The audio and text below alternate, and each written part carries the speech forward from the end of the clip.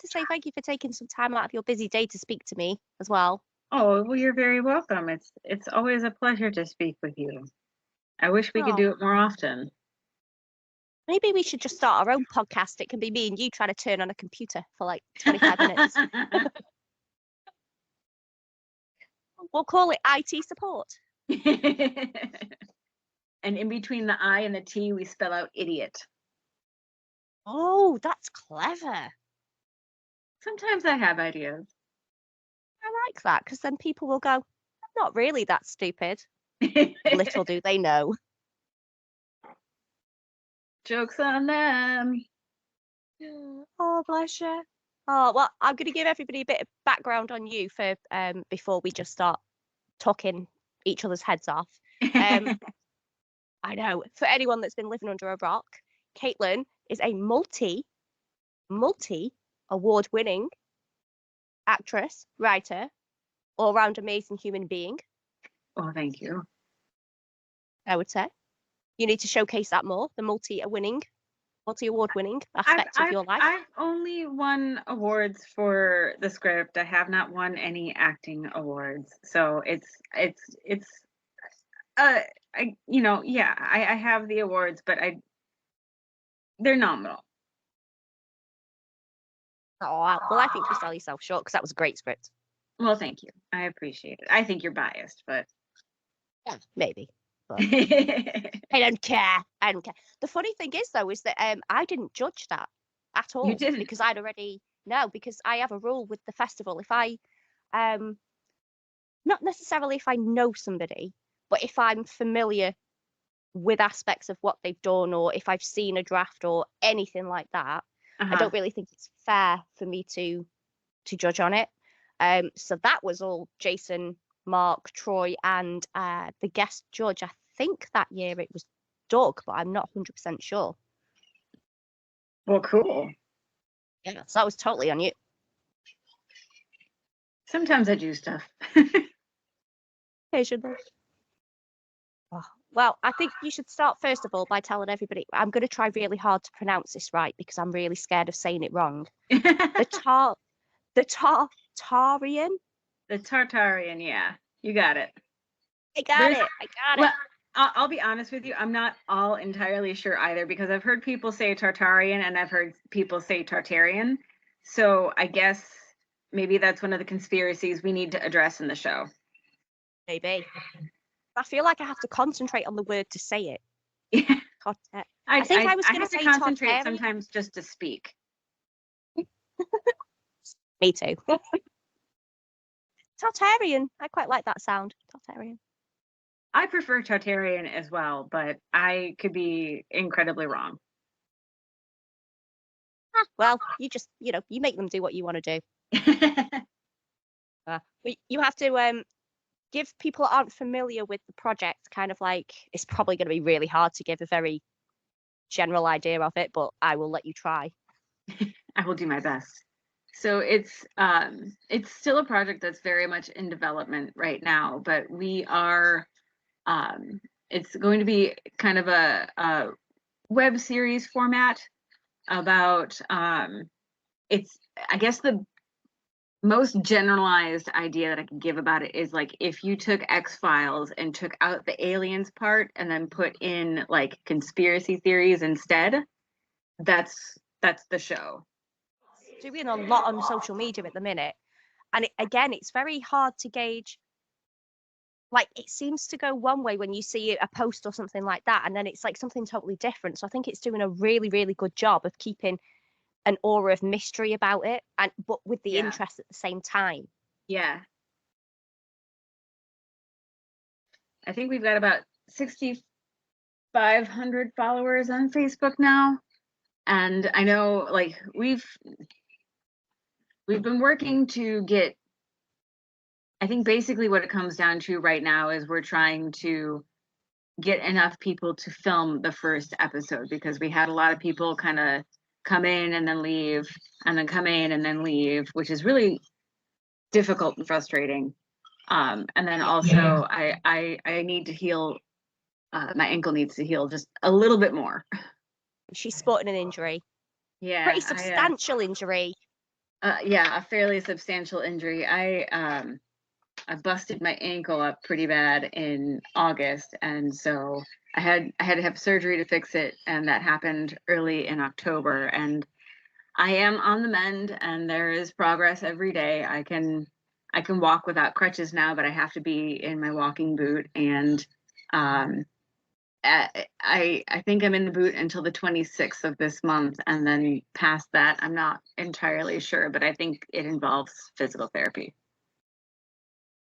So we're getting there. It's just it's been slow, and it's been a long 3 months. Hopefully, you've been coming up with conspiracies you can suggest. Yeah. Sat at home all day on the internet.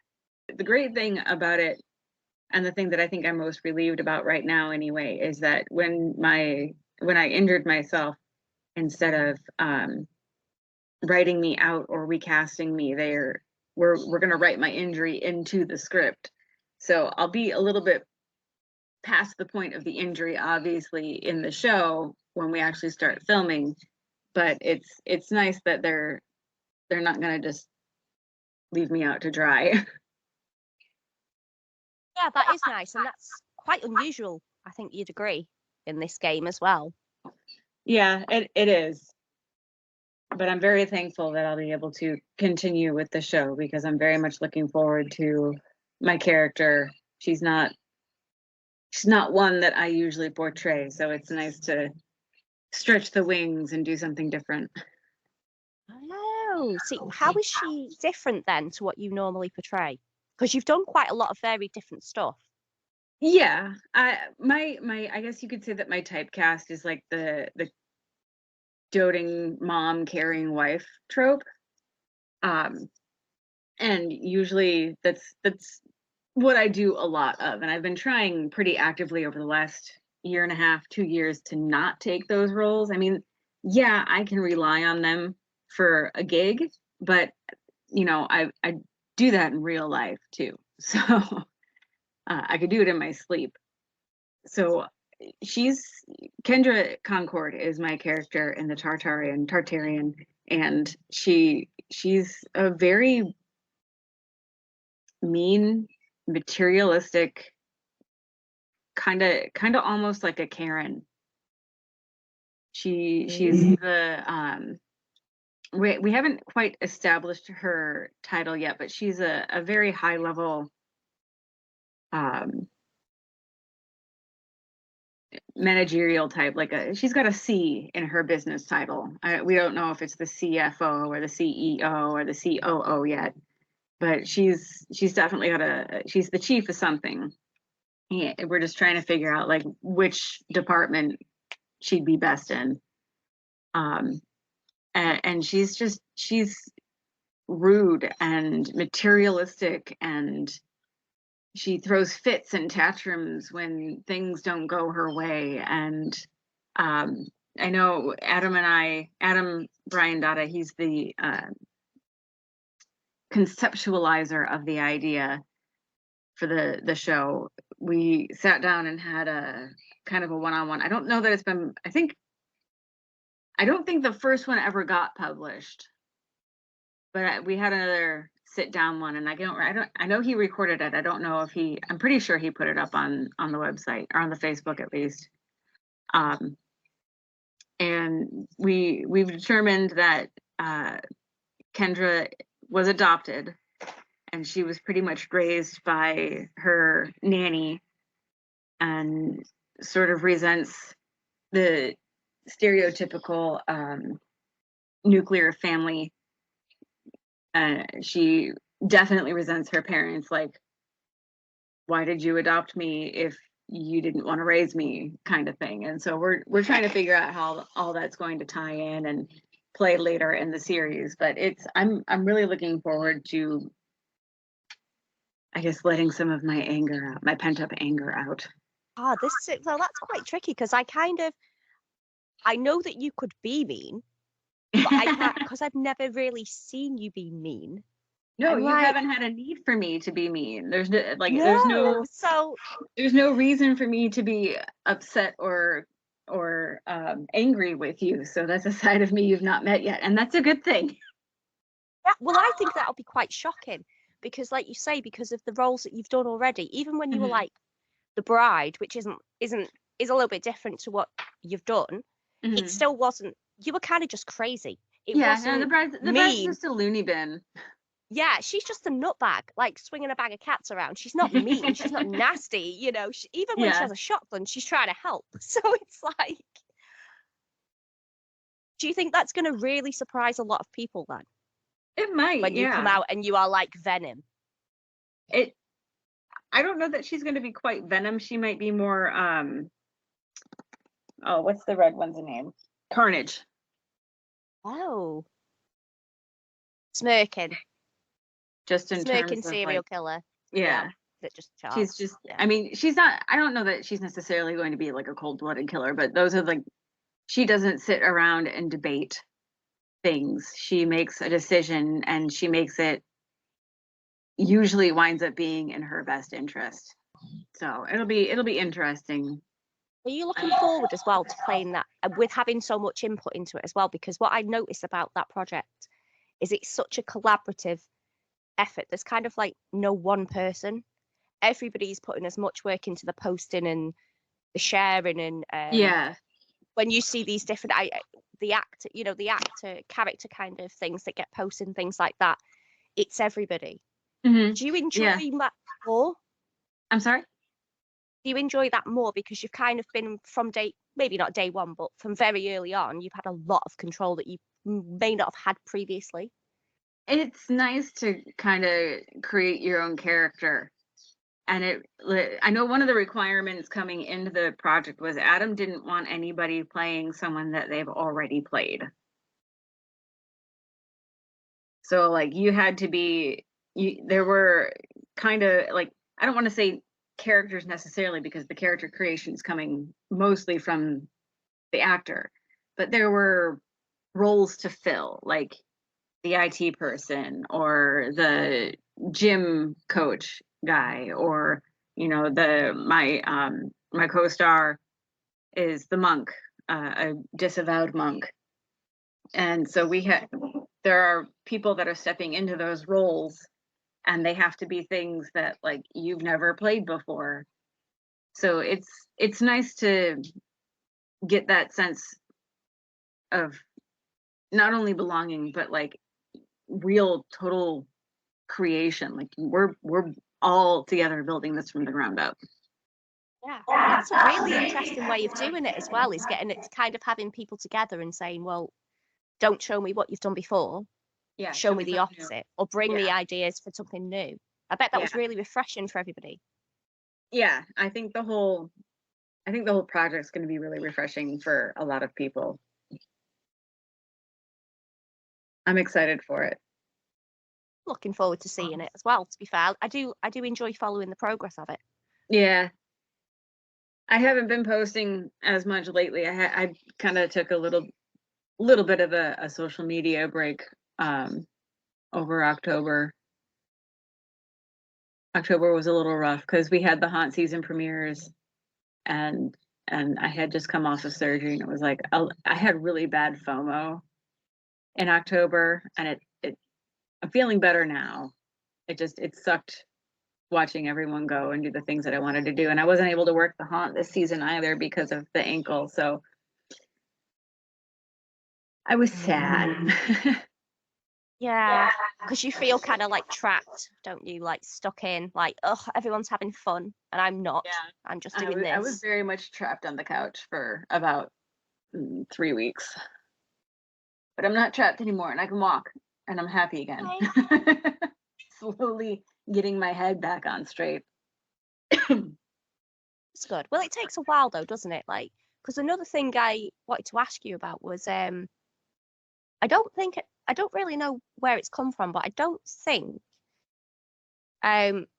many in the creative business, you don't really get a lot of kind of support when it comes to things like mental health. And I don't mean that in an extreme sense, but it kind of bleeds into what you were saying. You know, you kind of suddenly you can't work, suddenly you can't do things. You are just sort of isolated, and things do start to creep into you.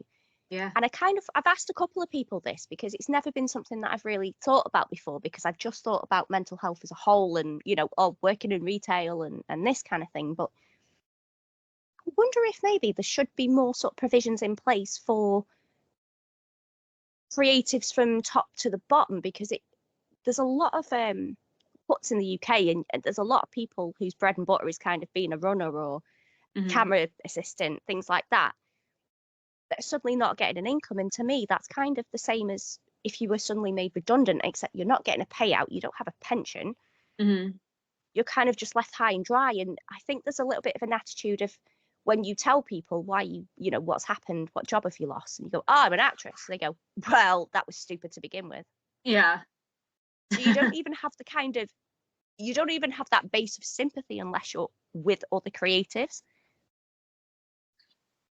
Do you think, with the situation that you've been in, again, not saying it's that extreme, but do you think that's maybe something to consider, even just sort of like small support groups or things like that? Would that have helped you a little bit, or was it the physical aspect of not being able to be on set and perform? For me, I'm not one to sit down and rest a lot. Like, if I get taken out, like, say I get like the flu or something, I'll do my due diligence, I'll rest, I'll wait for the illness to pass, and that's fine. I'm okay with taking the 3 or 4 days off I need to get better for that. This is the longest I've ever been down. And I knew, kind of going into, like, when it first happened, I saw a couple doctors and like, oh, it's just a sprain, you're fine. You'll be able to walk in a couple more days, start putting weight on it as you can tolerate it. And as the time progressed, like, it wasn't getting better. And so I went and I got a second opinion, and they're like, well, let's get an MRI. Let's see what kind of damage has been done. And then I think the third doctor I saw was like, yeah, okay, so it looks like somebody trampled your foot. Here's all the things that happened. You should be able, like, we're going to put you back in your walking boot, walk on it as you can, and I'm going to send you to an ankle specialist. But I don't see any reason why you shouldn't be able to be, like, out of the boot, driving, walking, getting back to life in, like, another 2 or 3 weeks. And then I think it was like 10 days later, not even 10 days later, I saw the ankle specialist, and he's like, the best thing we could offer you is probably surgery for a full recovery. And I was like, well, that's very different from where we started. So I knew the surgery was going to set me back another probably month and a half, because they're opening up your body and doing stuff to it. But that was necessary stuff that had to be done to get me back to where I can be go again. And so, like, going into it, I knew I was going to be down. I don't think I realized, obviously you can't control what happens outside of your home. And, so I had no control over when haunt season was going to be released, but I knew I would probably miss out working at the haunt.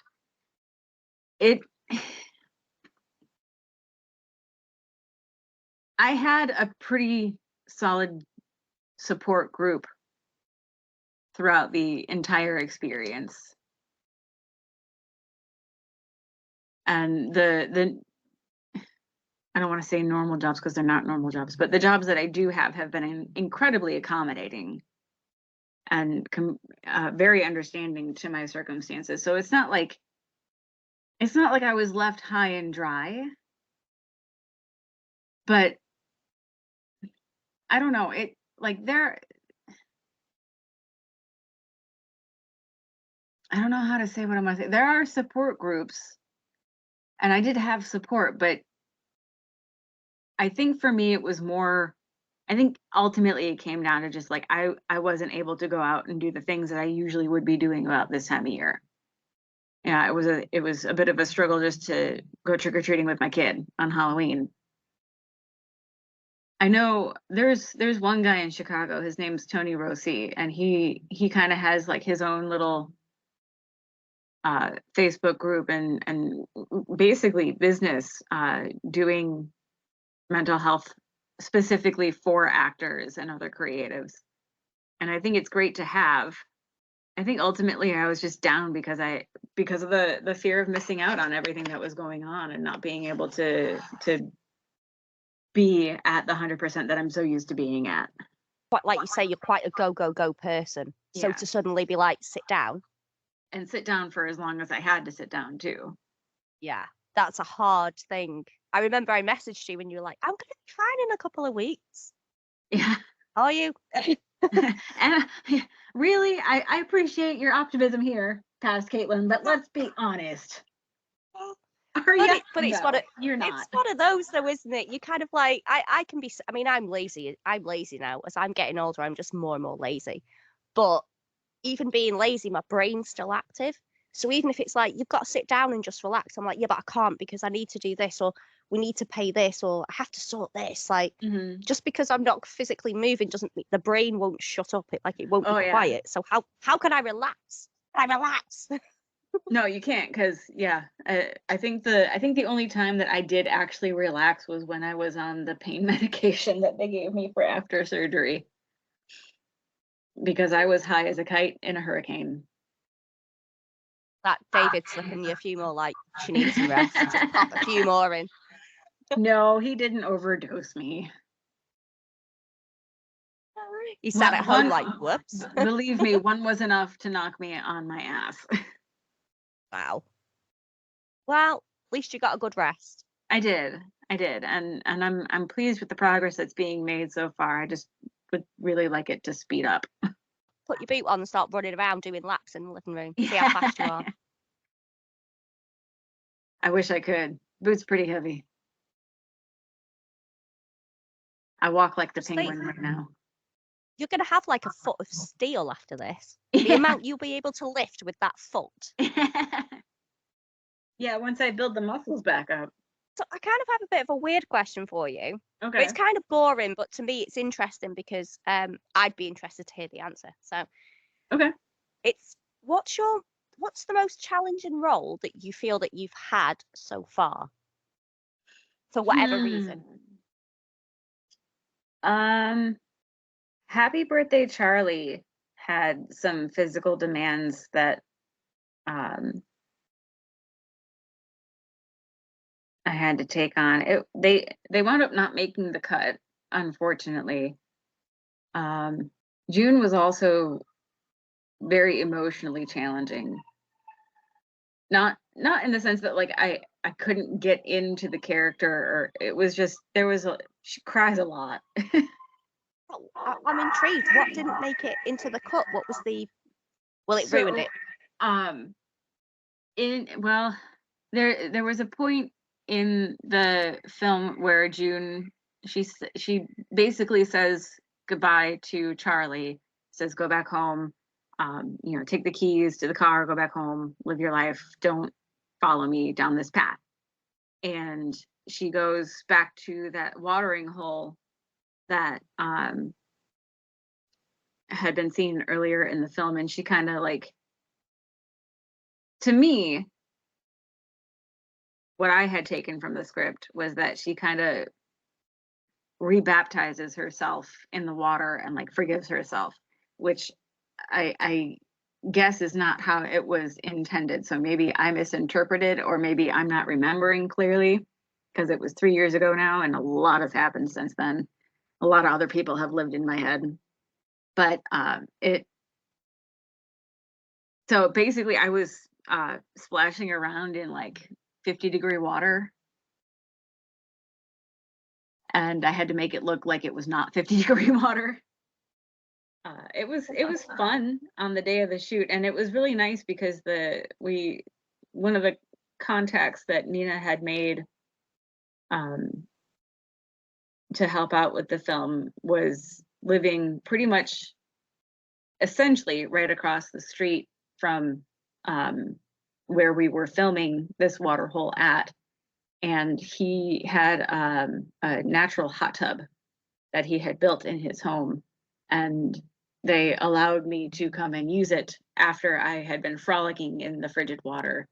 So it was nice to go and warm up in that, and I'm incredibly grateful still for that opportunity. Oh, okay. I'm trying to, because I watched it not too long ago, so I'm trying to go back in my head and see like where that would have fitted and how it would have, if it would have changed anything. Movie. In between, it would have happened like right before Charlie and the two boys were at the car wash. Because I did really enjoy that film, actually. Well, thank you. I really like that. Yeah, I messaged you, didn't I? Like, is she gonna be okay? Yes. June in her own way is gonna be just fine. Trying to think of any other like super demanding roles. The Natural. Not necessarily like the whole role, but when we filmed the fight scene, that was not an ordeal, but it was a long day. That was the first fight scene that I'd ever filmed, and it was a whole heck of a lot of fun to shoot. It was just a long, long day. Seems pretty choreographed as well, from what I recall. Yeah. Barry, who was one of the co-writers and director, he was also, or is also, a black belt, and I don't remember what martial art, but he was our fight coordinator and all as well. So it was it looked really, really good. Still looks really, really good. I mean, I guess I could say that the bride was a little bit demanding too, but that was just because of the dress that we picked out. Dragging that thing all over. Oh my God, I forever feel bad for that. Don't. I thought she's never going to speak to me again. Oh goodness, no. It was fun. Totally worth it though. I was rewatching that the other day, and I was like, oh my God, she's so good. And I sent the link to Troy, and he just messaged me back going, oh my God, she's so good. Oh, you got that. Is like, honestly, that's like your tagline, Katelin Stack. Oh my God, she's so good. Stop, you're making me blush. Shut up. Shut up. Yep, it's quite funny though, because the bride was going to get cut. Oh no. In the script. Really? Yeah. Because not in the like script that was supposed to be for the eventual series, but for the idea of filming it as a short, because they kept saying, we're not going to get anybody that's not just going to be ridiculous and overacting. And I was like, I get that a lot. Like the way, especially with the draft that we had, I was like, I can completely understand that. And then I kept thinking, Katelin. And I hadn't even spoke to you at this point about it. I was like, well, if Katelin did it, then it'd just be more crazy. So I kind of started writing a tiny little bit more, like pushing the limits a little bit. Like if she's getting caught, it's getting caught. But if she's not, I know who you need. And we had just come off of Invitational Life. Yeah. It was a lot of fun. And probably about the first time that I felt kind of like a movie star, because I got to go out to LA to shoot it. Oh, and then you got there and realized this ain't all that. Not at all. Not at all. No, I did. And it's so weird though, because it was like instinct just from speaking to you. It was nothing else. It sounds really horrible. I did not mean that in a horrible way. I didn't mean you are fabulous. I didn't take it in a horrible way. Performance-wise.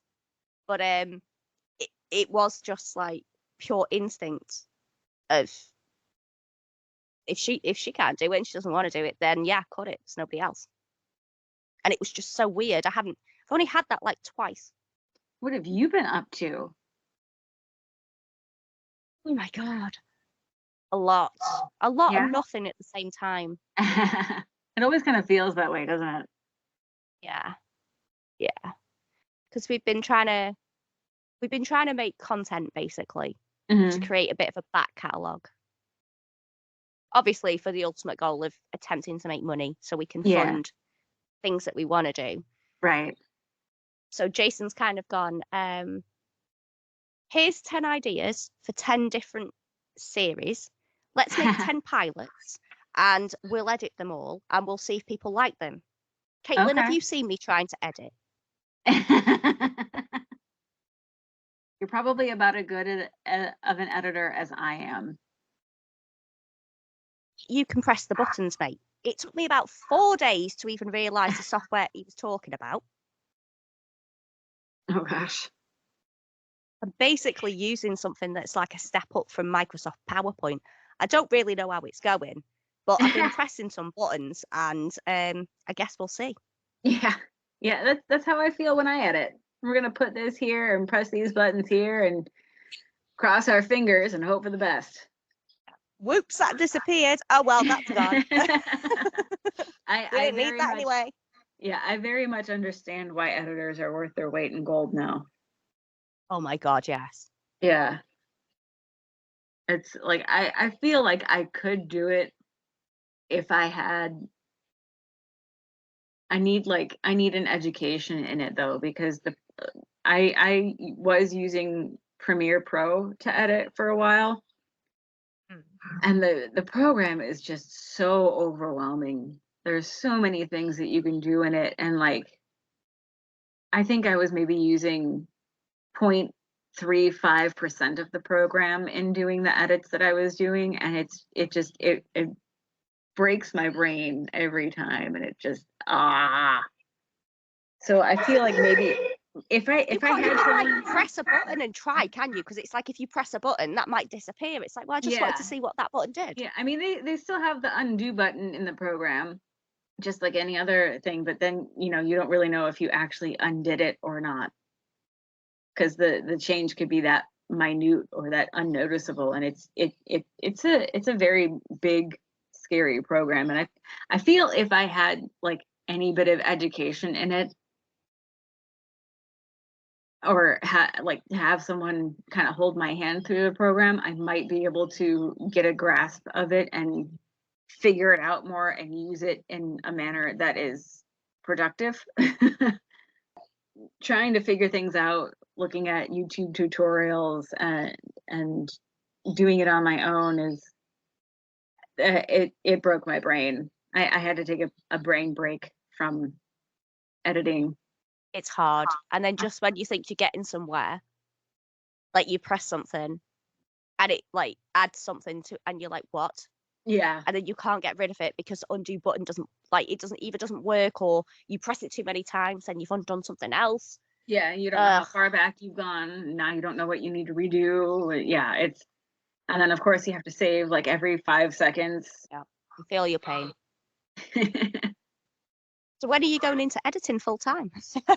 Yeah, not anytime soon. I mean, I certainly would not not do it. I just can't do it right now. I very seriously would want to find like an educational resource to use the program before I jump back into it, because it's just woof. That's the best description ever, actually, when you're learning to edit. We should have that on a t-shirt. Woof. You mentioned before about characters living in your brain. Is there one particular character that still lives in your head rent free, even now? Only because I'm now married to him. The character Beth from Let the Games Begin, which was an original screenplay that was done here in God, I don't even remember now. 2009, I think. Maybe later. I don't remember. It's been too long for me to remember accurate details. But like we played a married couple, and every once in a while Beth will come out. I'm married to the guy that I was playing opposite. I mean, there's every once in a while there are some nuances that pop out in my everyday life. I think everybody kind of lives there rent free to some extent. It's not like they're taking over my personality, but you in some circumstances you wind up taking away some sort of a lesson or like something about doing that show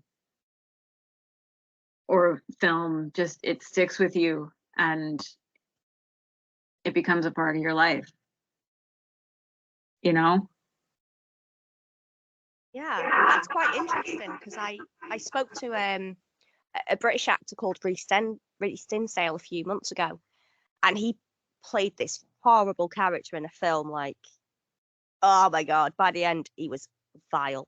And I said to him as a joke, I was like, "Wow, do you take any of his personality traits home?" And he was like, "Nope. The only personality trait I take home is how not to be a husband." I was like, "Fair play to you, my friend," because he was vile. Yeah, and it can have the opposite, like, maybe not necessarily the opposite effect, but like that's another one of those life lessons that you take home. Like I don't ever want to be this person in real life, so you take extra measures to never be that person in real life. It's almost like you've lived not that life, but you've kind of lived through a fraction of that moment. Yeah, So I like can see how you'd stay with that. Yeah. after my surgery, they had given me oxycodone for the pain, and that's what June had been addicted to in Happy Birthday Charlie. And like, I'm sitting on the couch, unable to open up a bag of chips because I can't see straight or function. And like, how knowing now what it's like to be on oxy, how could June have functioned? Like, there's shots of her driving a car while high. Like, how do you do that? You know? It boggled my mind, but I thought about it after, after I got off the oxy. Like, how does anyone really function and with that kind of addiction? It kind of boggled my mind. I guess you'd have to get to a place where you're like, you start functioning. You take so much that it becomes a part of your life. I kind of almost want to go back and do June again now because I have that life experience of being on the oxy and knowing what it's like to feel that way. That's really interesting.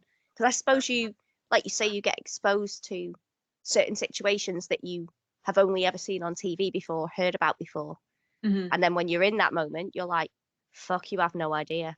Yeah. You have no idea. It's like when me and Street used to have the pub, people say to us, why don't you go out? Why don't you go out on Friday night? You know, Lily's like 14. Just go Mm-hmm. out and have a beer. It's like when you've been in that environment every single day and you've seen people who used to just pop in the afternoon and then they're there morning, noon, and night. They've got Yeah. divorced. They've lost their kids. They're shaving in the bathroom.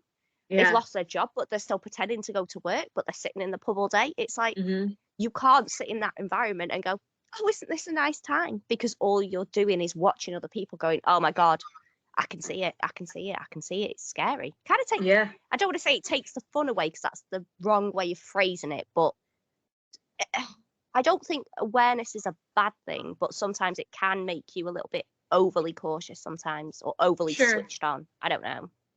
No, I completely agree with you. There's situations that you might shrug your shoulders at or turn a blind eye to in normal life, but part of my job, I think, as an actor is to watch people and see how different people react in different situations and different environments. And no, I think you're completely right. We don't go out nearly as often either now.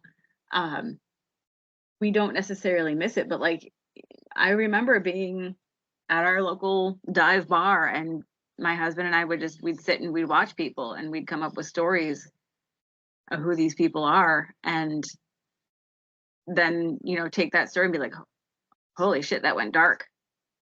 How do you get out of that? And then of course that turns into a script idea, and then we come home and we're writing feverishly, and then and then it gets put to the wayside. Often pick it up and you're straight back in that moment of, oh my God. Yeah, it brings you right back, or it can. Yeah. Give you that uneasy feeling in your stomach. I had to kind of stop doing I used to write comedy I mean, I was terrible at it. It was not funny. But I used to write comedy, and in the end I had to stop doing it because I was like, this stuff isn't funny. Like, I'm calling it dark comedy. Yeah. It's not dark humor. Like, this is just straight different. up dark. Like, it's just straight up dark. There's no comedy in this. Like, this is just horrifying when you actually sit and look at it. And it's like, again, it's like, how do you separate yourself? It's talent you got to learn, I think. It can be difficult, yeah. Now, a more positive question, since that escalated quite fast. What's your proudest moment, character, or accomplishment? Any of those? Winning all of the awards that I've won for admonition, and just like I mean, here comes the imposter syndrome. I selected a lot of outside of the Dark Fest. I selected a lot of like first time festivals to submit to because I felt like it would have a better chance of placing or at least being selected. And that was kind of my goal, was to get a decent amount of awards behind it so that when I do start like getting into the production side of things, I have those accolades behind it to make it sound fancier. It's kind of I guess maybe like a marketing ploy in the back of my mind. It doesn't harm saying that your script has won X amount of these. Someone will go, oh, okay, maybe I will give it a chance. Maybe I will read, 5 pages or so. Yeah. So it's not a bad one.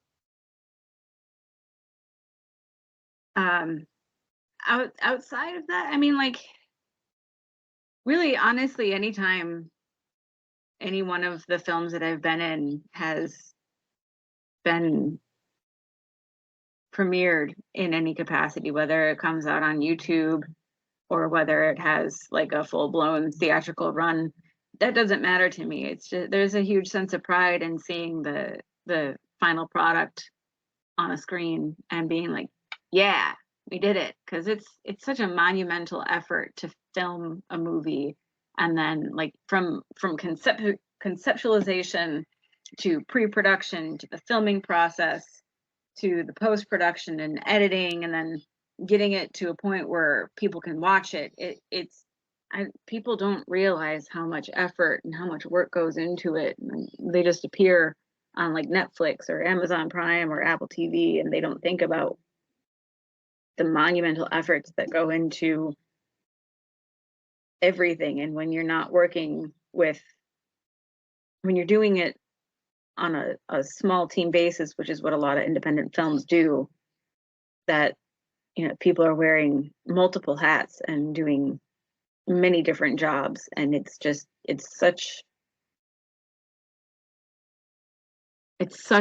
an effort to get it to that final product. So anytime any one of the films that I've been involved with has made it to a point where people can watch it, that is always a huge, huge sense of accomplishment, not just for myself, but for everybody involved with it, because then, all of our hard work has come to fruition.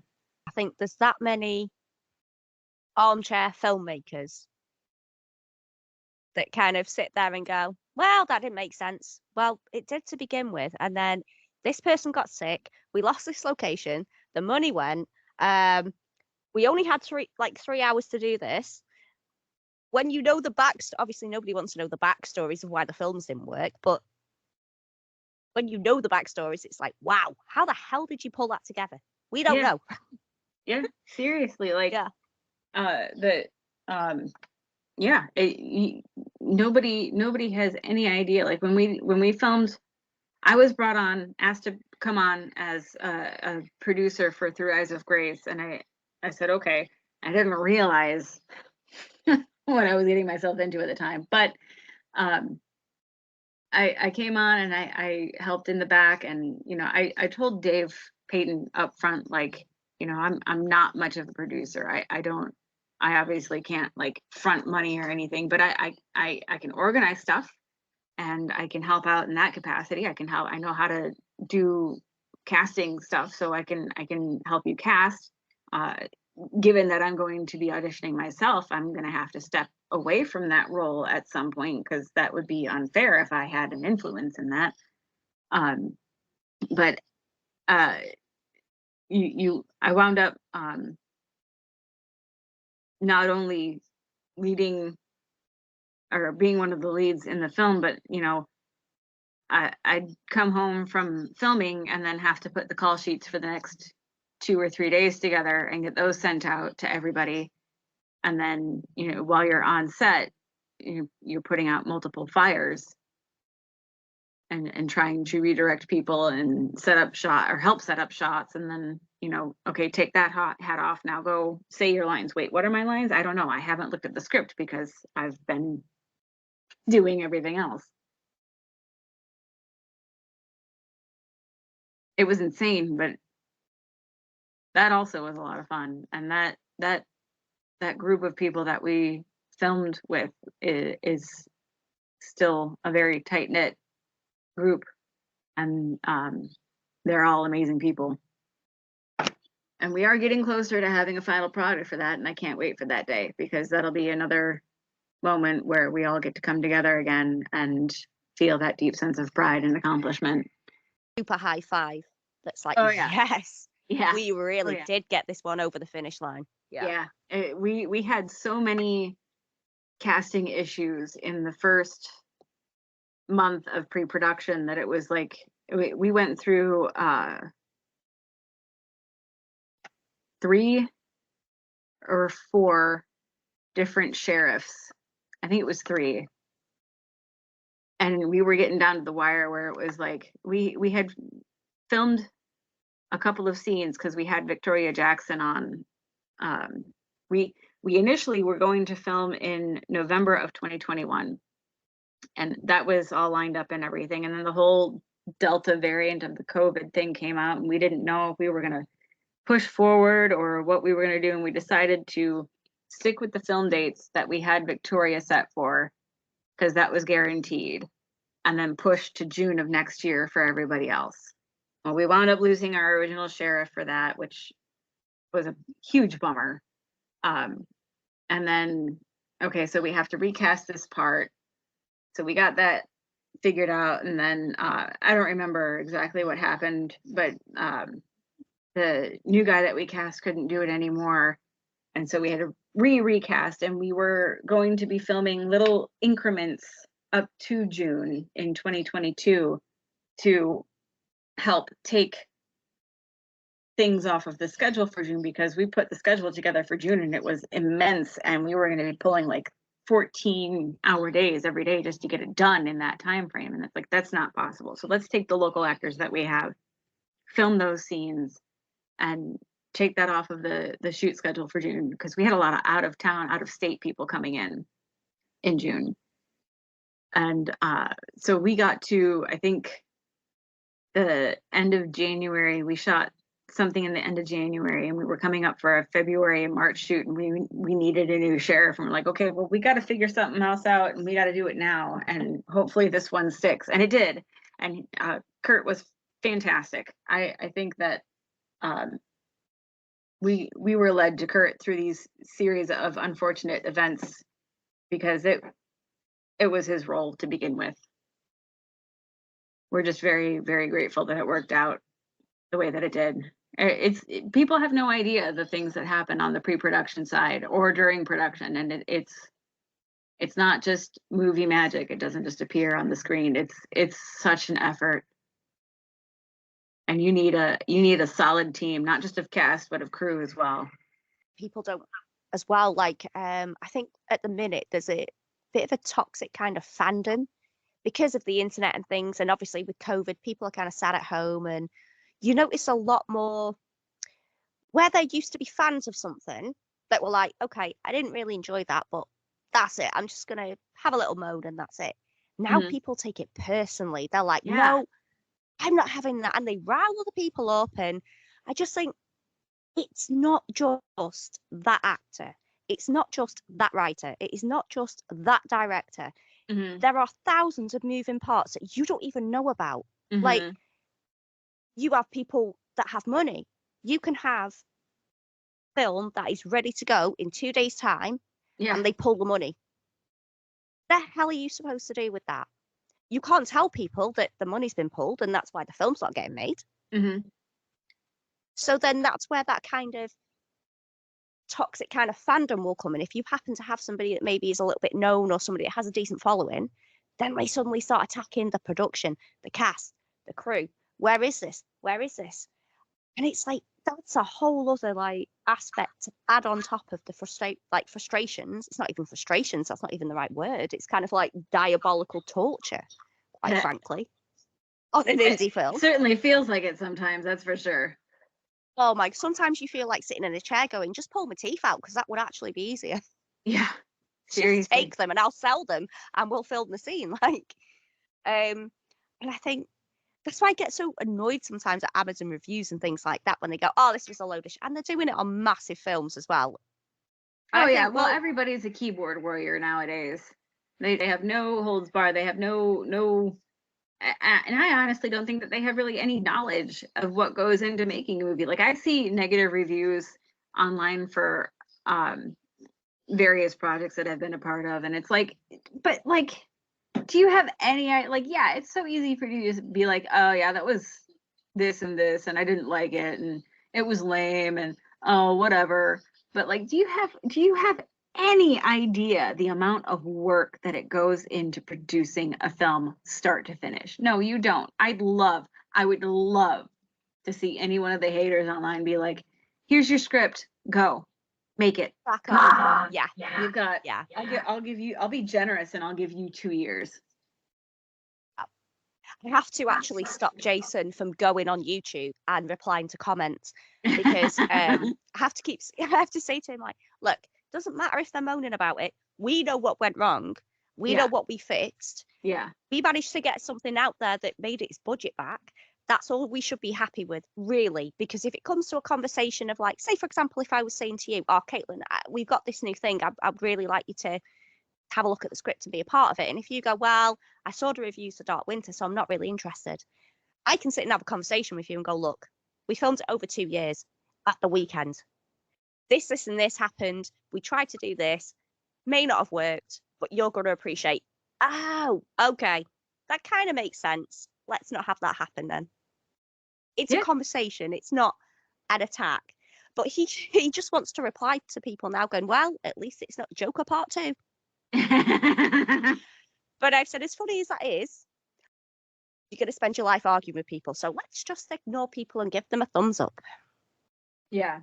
And you know what? It's still, as crappy as it may be, it's still traction on a website. It's still somebody moving parts in the algorithm that are drawing eyes to whatever they're commenting on. Kind of sometimes what I comment and go, well, haha, joke's on you because you watched it to the end. Yeah. Again, not productive. So I don't do that. Do you ever feel like going on and replying to any of your projects if anybody said anything? Sometimes, yeah. I have to have the same like mental check with myself where it's like, you know what? They have no idea. They can sit there and critique it, but they have absolutely no idea. And sure, they're gonna sit there and diss it. That's fine. I'm sorry that they're miserable in their life, that they have to take their frustrations out on the keyboard and knock this down, because you know what? I'm proud of it. And in the end, that's all that matters. The fact that it made it to the point where you can comment on it speaks volumes to me. So, meh. Yeah, because the thing is, how many projects have you maybe been involved in and you thought, oh, this is great, I'm dead excited for this, and it goes nowhere because that was basically the first 2 years of my film career. Oh no. Yeah. I got some footage from The Natural, and I wound up, like, a lot of times you have to email the director or the person in charge and be like, hey, I haven't seen any updates recently. How is the project coming along? And like, I hate doing that. I absolutely hate doing that. But it's necessary because, like, you know, I'll give them a year. I'll give them a full year to get all the way through, especially if it's a short. Like, I'll give you a full year before I reach out and be like, hey, I was just wondering, you know, it's been a year since we wrapped production. Is there any chance that I could get footage for my reel? And a lot of times, especially when you're doing like a volunteer gig, that's what you're getting paid in, is copy and credit. So you get a digital copy of the film, or you get footage for your reel, and you get the credit on IMDb. And there are so many that I just got completely ghosted by the director or the producer or the casting director by, and it's like, okay, well, on to the next one. I hate asking anybody to do anything for less than what they should have. And I'll always be open and honest and be like, this is what we have. This is what I'm offering you. This is what everybody else is getting. Like, it's nothing. I'm not even getting paid. You know what I mean? Yeah. I would never say to you, Katelin, this is $100 roll and I'm getting 300 because I wrote it. No, it's like, that's 150 because I'm getting nothing. It's the best I can offer you. If you don't want to do it, fair enough. As long as you're honest with people. And I fucking hate so much when people have the audacity to get actors to do it for a credit and footage. And then even if the film's shit, even if it doesn't work and your footage is crap and you can't edit it or you can't pay for an editor, give them the footage because they may have an editor. They may be able to do it themselves. They can put that in their reel. What is it harming you giving them a scene? But I think sometimes it's too much effort. And that's what annoys me about indie film, when people behave like that. That's the only thing. That's the downside of it. I'm guilty of it myself. You know, I wrote a 3-page script, got some people together to film it, and then we filmed it, and we realized in post that we didn't have any coverage of the girl playing opposite me for this one particular stretch. And we're like, okay, well, do we go back in time, or do we go back to the location and shoot pickups? Do we roll with it and make it work? And eventually it just got, you know, like the guy that I hired to do the to work the camera and do the editing got busy with other projects. And it's like, well, you know, I get it. Like, I get it. Things happen.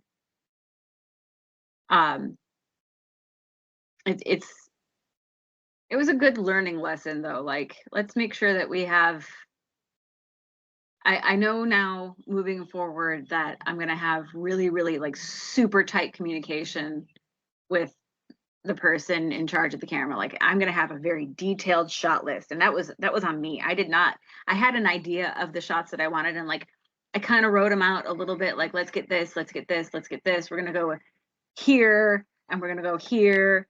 But it wasn't detailed. Like, it needs to be over the shoulder, medium. This is the lens I want. We're going to do from this line to this line, and then we're going to flip it over. Like, and that too, when you have that shot list, makes it so much easier for the editor in post to be like, okay, we're lining up this shot to this shot to this shot. And yeah, it was, I'm sad that it didn't pan out, and I feel bad that, you know, I probably could send that footage to the girl, because I do have a raw or rough cut of the film. I could send her the footage. The other issue that we encountered was, like, we weren't able to just jump back to the location and film it like 2 days later, or like 2 weeks later, or 2 months later, because the young lady was about to head off to college. There were just too many factors at play, and that's another one of the things that I think people just don't think about, like, that, like, life keeps lifing outside of the production. Life doesn't stand still, and nothing is going to remain perfect prior to filming, during filming, and after filming. That's exactly right. Like you say, situations change. Everybody has their own personal life. As much as you love the film, or, you know, people work for free for 6 months, but then on the 7th month, they've got a situation. They can't do that anymore. Yeah. And that's totally fair enough. It's life. You know, since you've become a parent, this sounds really weird But I feel like I've become, no, because I feel like I've been like this, but only since my daughter's got older.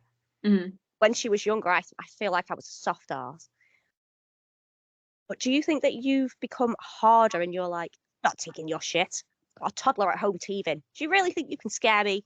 Like, Oh, you think this is absolutely. hell? Wait till I go home. Absolutely. Like, It's I really don't want to deal with anyone's BS these days, like, at all.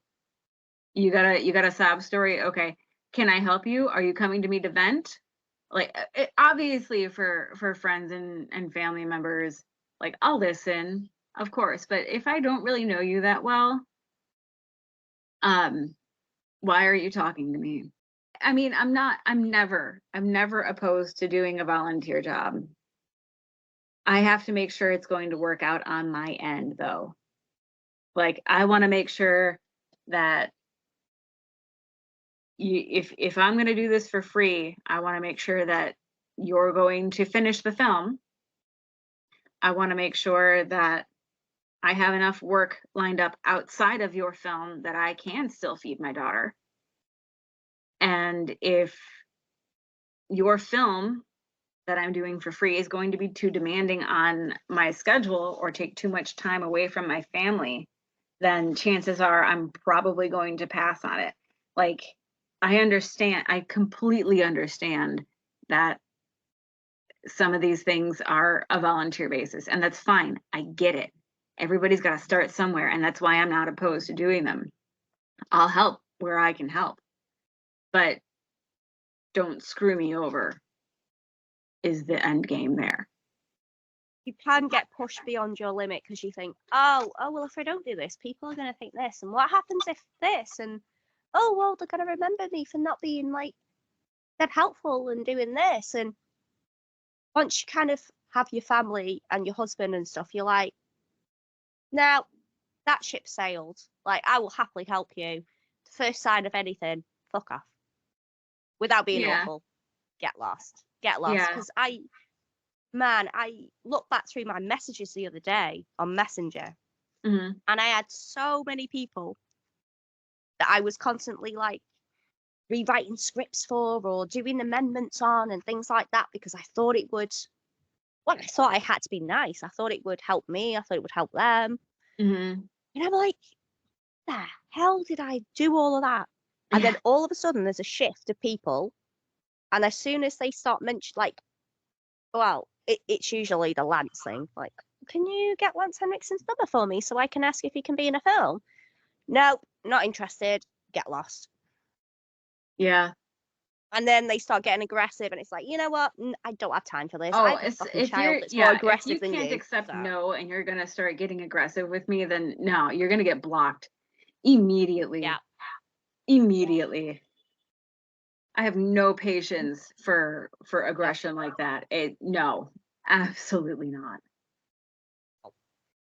Take your loss in this conversation and find another outlet. Don't take it out on me, because like I've heard no so many times from this industry that it's like a yes is a very happy surprise. You don't like, can you imagine what your career or spirit would be like if every time somebody said, no, you didn't get audition, you started like kicking off going, oh, well, why didn't I? There's something wrong with you. Yeah. I wouldn't have a career. It's what people do now. Apparently that's the norm. So Sad. That's just sad. well, I'm glad it's not just me. No, it's very definitely not just you. I used to have Jason and Troy say no for me. Honestly. So I'd like send them a screenshot and I'd be like, what do I do? And they'd be like, you know what to do. What the fuck's wrong with you? And now I'm the one telling them, no. what's wrong with you boys? Yeah. Some self-respect. Oh my gosh. Oh, I've loved talking to you so much. It's been so fun. We need to do it more often. No, I know we do. I have one more question for you though, if you don't mind. I have one more answer. Yay! It's like a match made in heaven. If you could have anything tomorrow, so if somebody phones up and says, you've got, whether it's X amount of money or this cast or whatever, what do you want tomorrow? What role do you want? What story do you want? What outcome do you want? Anything.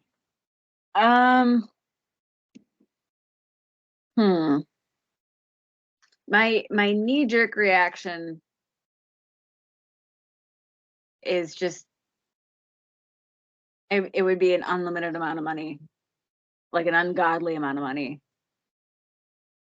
And it would be to film stuff. I basically, like, I have a cast in mind for admonition. I'm facing location barriers because the primary location, the coffee shop that I wanted, they basically told me that unless I was going to pay them the equivalent of what, like, the average that they would make in a day, I couldn't shut them down to film. And it's like, well, I don't really need to shut you down. Like, I'll have release waivers for everybody in the area that we would be filming, and if they don't want to be on camera, then, you know, I'll figure that out. And that was a huge blow that I was not expecting. So I'd have the money to pay the location, and then I'd have all of the money to pay all of the actors what I want to pay them.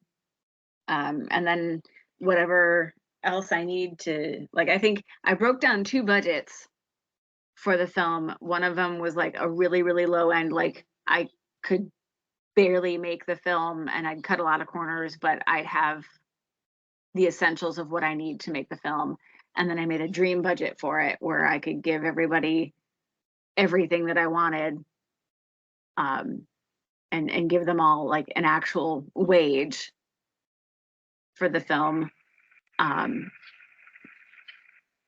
then I would take the rest of that money and I would finish the feature script that I have in my head, and I would film that, because that one is going to require a heck of a lot of money.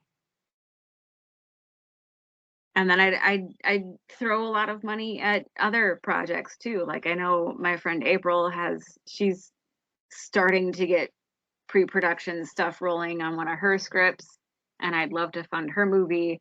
And like, my ultimate goal one day is to have enough money where I can go on Indiegogo or Kickstarter or Seed and Spark or whatever platform they're using, and just like pick out 5 projects a day to donate money to. And like, not just like $1 here or $5 there, but I mean like $500 a pop, and help them all out, because we all know what that feeling is like when we watch the donations roll over and we reach our goal and then we move on to like a stretch goal or something. That's such an amazing feeling. So I want everybody to be able to experience that. Amazing feeling, isn't it, when you're watching a Kickstarter and it's even like when somebody donates like more than £20 or $20 and you're like, oh my God. Yeah. And then someone donates like 17, you're like, oh. Yeah, I watched. Actually believe in us. I obsessively watched the campaign we had for The Dark Road, and it was just it was just such a phenomenal feeling to watch it get closer and closer and closer to the goal. And then we got to the goal and we exceeded the goal, and it was amazing. And then we have a live fundraiser right now for VigFX for the post-production needs, and we met our goal and then exceeded our goal within the first 24 hours. And I've never seen that happen before to a project that I've been involved with, but it was astounding. Like, we had made about $1,500. It was either $1,200 or $1,500 in the pre-launch itself. Then like within the first 4 hours, and I'm being generous there because I don't actually know, but within the first 4 hours or so of it being live, we got to our $2,000 goal. And then by the end of the first 24 hours, we were at 300%. And it was just, Wow. it was absolutely mind-blowing and so amazing to just pop into it and be like, holy shit, dude. That Yeah. it's such an amazing feeling, and I want to be at a place where I can do that for other indie filmmakers. Because the thing is, as well, people don't realize, like, you don't just make a page and put it live. No. Like, for The Dark Road, Jason and John, between them, spent probably 2 months building that page. Yeah. I spent every single day, I had to take time off work to sit on Twitter talking to people. Yeah, you got it. Everybody was on it, like, even like, just like, if you were sharing a Facebook message and somebody was saying hi and you were like having to not having to reply back, but you know what I mean, like, you just replying back. Everybody had to be on it, and they had to be on it 24/7, and that meant Yeah. like I was awake at like 2 o'clock in the morning talking to people, because obviously I'm in the UK, I should be sleeping then. But it takes that much work to do something like that. People don't realize. You don't, like, if you just make a page and go, there you go, and then people donate, you're fucking lucky.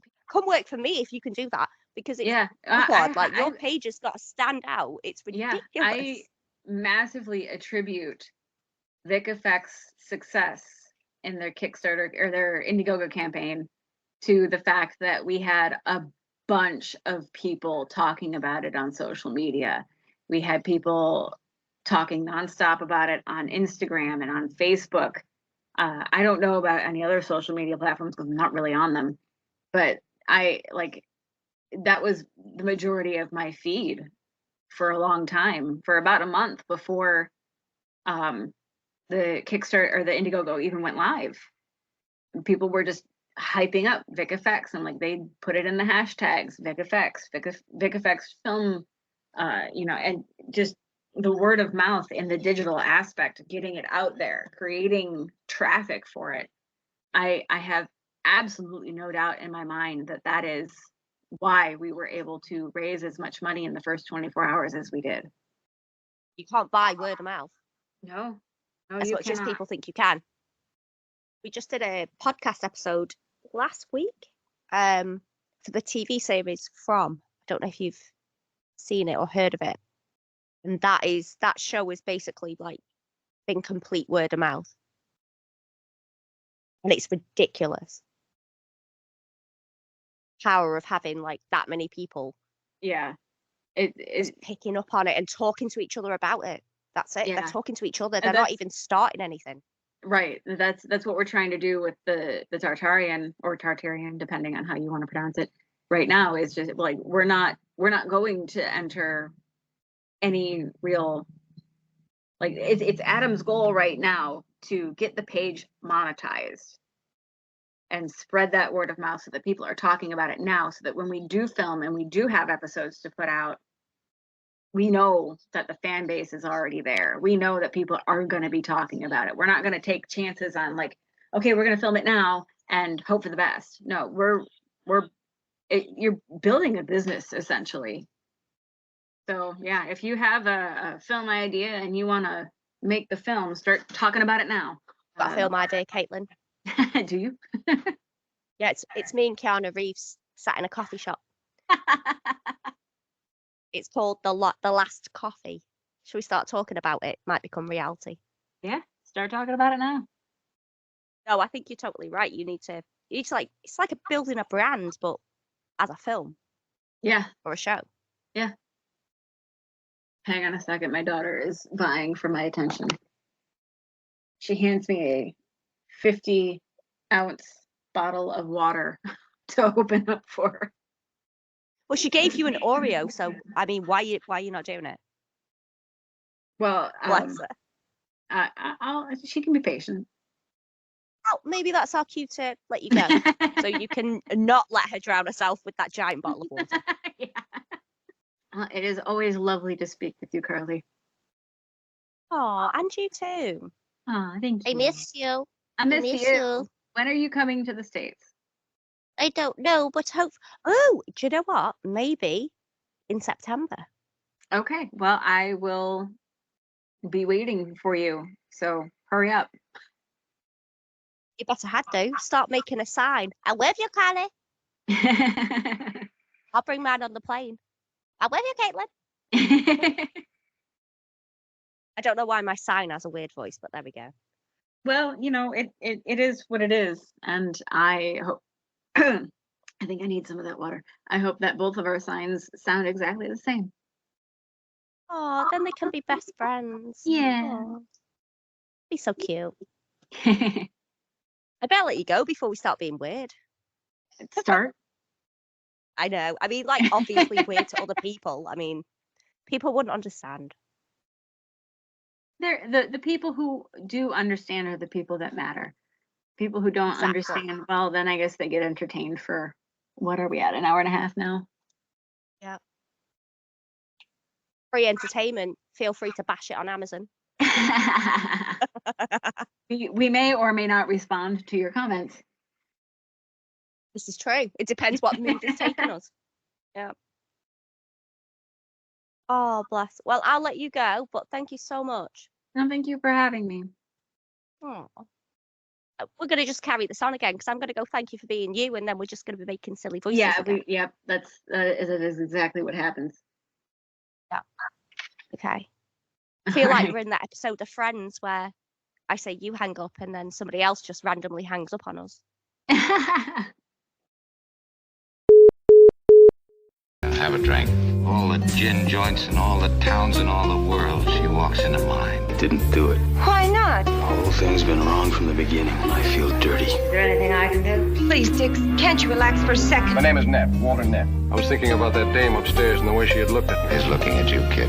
Yesterday, this would have meant so much to us. Now it doesn't matter. What can I tell you?